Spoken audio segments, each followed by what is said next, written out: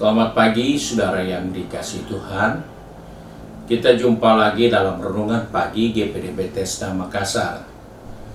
Pagi ini saya akan baca dari buku 1 Tesalonika pasal 5 ayat 18. Firman Tuhan berkata sebagai berikut. Mengucap syukurlah dalam segala hal, sebab itulah yang dikehendaki Allah di dalam Kristus Yesus bagi kamu. Puji Tuhan, ayat ini diingatkan kepada kita sebagai orang percaya untuk membangun sikap atas segala sesuatu yang Tuhan izinkan terjadi di atas kehidupan atau perjalanan hidup kita. Seringkali kita tidak punya sikap yang jelas terhadap Tuhan yang begitu mengasihi kita, yang begitu peduli dengan kehidupan kita. Alkitab katakan dia tidak pernah terlelap, dia tidak pernah mengantuk untuk menjaga, melindungi, dan memelihara kita. Namun, sikap kita lah yang seringkali gagal untuk mempermuliakan Tuhan dengan cara mengucap syukur. Kita bisa mengucap syukur jika itu berhubungan dengan kesempatan hidup, yaitu bertambah usia setahun lagi, kesempatan untuk kembali sehat karena baru sembuh dari sakit. Ada banyak kembali kita bisa mengucap syukur, kita diberi kesempatan mendapatkan kepercayaan yang lebih besar, yaitu kenaikan pangkat. Kita dipercayakan hal yang lebih besar dengan penambahan upah kerja kita. Dan banyak hal-hal lain yang seringkali kita bisa sikapi dengan bersyukur. Namun, tidak untuk semuanya. Hal inilah yang harus kita perhatikan, supaya jangan kita salah dan menjadikan iman kita begitu kerdil hanya karena kebaikan semata-mata yang kita alami dalam kehidupan ini. Saya teringat satu kisah. Seorang anak muda yang penghasilannya dari menjual surat kabar. Anak muda itu begitu tekun menjual surat kabar. Dan satu saat, tanpa disadari, ada sepasang mata dari seorang pengusaha yang selalu mengamati penjual koran ini. Dan hari itu pas lagi hujan lebat. Sehingga koran susah laku karena hari hujan. Dan pengusaha ini berjalan mendekati anak muda yang menjual koran. Dia melihat anak muda itu sedang membaca. Ternyata dia tidak membaca koran yang dia bawa, tapi dia sedang membaca Alkitab. Dengan sedikit permisi, orang itu berkata, "Wah, musim hujan seperti ini susah laku surat kabar." "Oh tidak, bersyukur tadi pagi sebelum hujan sudah ada beberapa lembar yang laku. Tapi belum semua." Orang kaya itu berkata, "Masih banyak sisanya." "Iya, banyak." "Jadi kalau tidak laku ini surat kabar, apa yang kau perbuat?" "Oh, aku tidak berpikir yang tidak laku.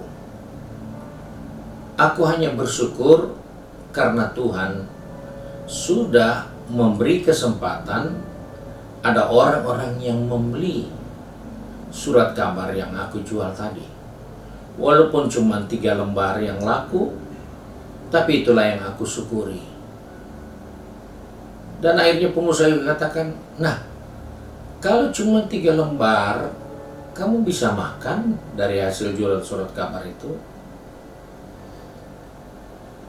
Kalaupun saya tidak bisa makan, itu berarti hari ini Tuhan suruh saya puasa.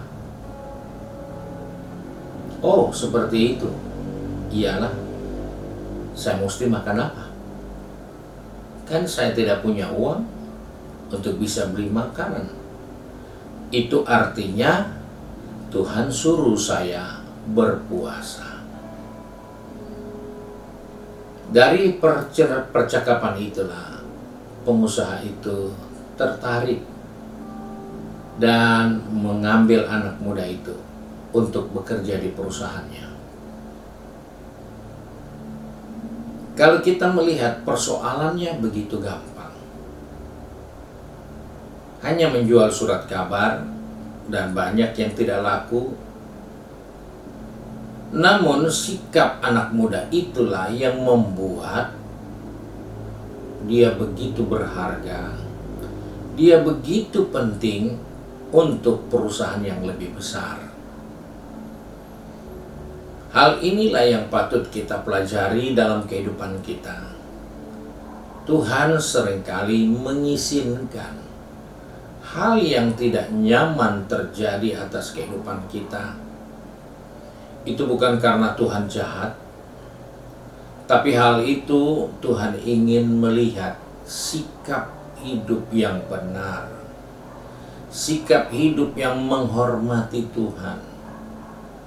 Dan jika sikap itu terbangun dengan baik, maka Tuhan akan menyatakan rencananya yang lebih besar, yang lebih baik untuk kehidupan kita. Karena Tuhan menggunakan segala sesuatu untuk kebaikan kita. Sama seperti penjual surat kabar. Orang lain berpikir rugi, dia berpikir untung yang sudah dia dapat untuk disyukuri. Orang lain berpikir tidak bisa makan, dia berpikir bersyukur karena Tuhan melatih dia untuk lebih konsentrasi dengan Tuhan di dalam doa dan puasa. Hal ini penting untuk kita miliki dalam kehidupan kita agar kita membangun sikap hidup yang benar dengan Tuhan. Saudara, Tuhan perlu 40 tahun untuk membentuk karakter satu bangsa, yaitu Israel. Dan selama 40 tahun, setiap hari Tuhan ada. Setiap hari Tuhan bersama mereka. Bahkan Alkitab katakan, seperti seorang bapa yang mendukung anaknya. Tetapi anaknya ini seringkali tidak tahu bersyukur. Anaknya ini tidak tahu menikmati kebaikan Tuhan di dalam segala keberadaan mereka. Dan kita tahu Alkitab mencatat bahwa 40 tahun Tuhan izinkan semua persoalan silih berganti terjadi atas kehidupan bangsa itu. Untuk apa?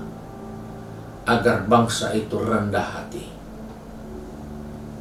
Inilah yang menjadi kunci yang kita harus miliki, bahwa kerendahan hati itu bukan tunduk-tunduk, bukan hormat, tapi kerendahan hati bisa menerima segala sesuatu yang Tuhan izinkan terjadi atas kehidupan kita. Orang yang rendah hati bukan orang yang tunduk dan selalu senyum menghormati orang lain, bukan. Orang yang rendah hati adalah orang yang tahu berdiri dan tahu menyikapi segala sesuatu dengan baik.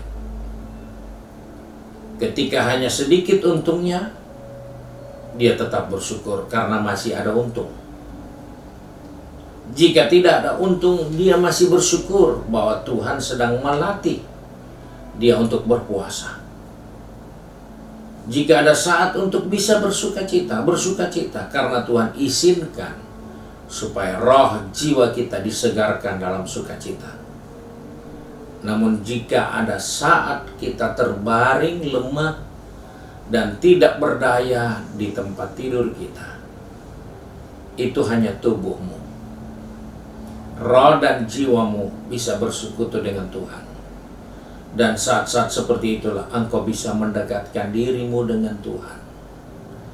Karena orang lain tentunya tidak akan bertahan tinggal dengan kita di samping tempat tidur kita. Tapi hanya ada Tuhan yang setia dan tidak pernah meninggalkan kita. Di saat seperti itulah roh kita dan jiwa kita menemukan Tuhan. Di dalam penderitaan, kesukaran, kesulitan, Ayub mengenal Tuhan. Sebab itu kita diingatkan melalui nasihat firman Tuhan, ucapkan syukurlah dalam segala sesuatu. Karena di dalam segala sesuatu kita bisa menemukan Tuhan. Kita bisa bersekutu dengan Tuhan. Kita bisa mempermuliakan Tuhan. Kita bisa melayani Tuhan.